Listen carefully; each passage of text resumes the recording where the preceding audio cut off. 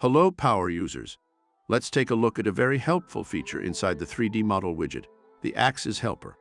This option will help us better visualize 3D space as we work with the widget. Let's see how.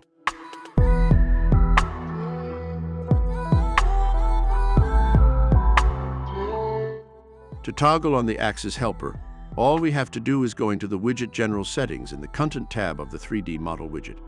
There we will have an option to enable the Axis Helper and resize its guides. As we can see, once toggled on, the Axis Helper will display the X, Y, and Z axes directly in the viewport, both in the Elementor editor and in the front end. This is extremely useful to visualize the transformations we're applying to our 3D model using GSAP scroll trigger, as seen in the main 3D model widget tutorial and in the GSAP scroll trigger overview. Links to both in the description.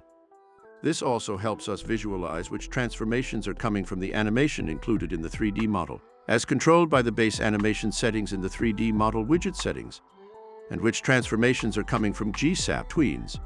As we see here, for example, the jellyfish is rotating, but the axes aren't. This means that this movement comes from the 3D model animation proper, while the change of position comes from our tweens and scenes. Again, more details in the dedicated tutorials. Thank you for watching this short overview of the Axis Helper.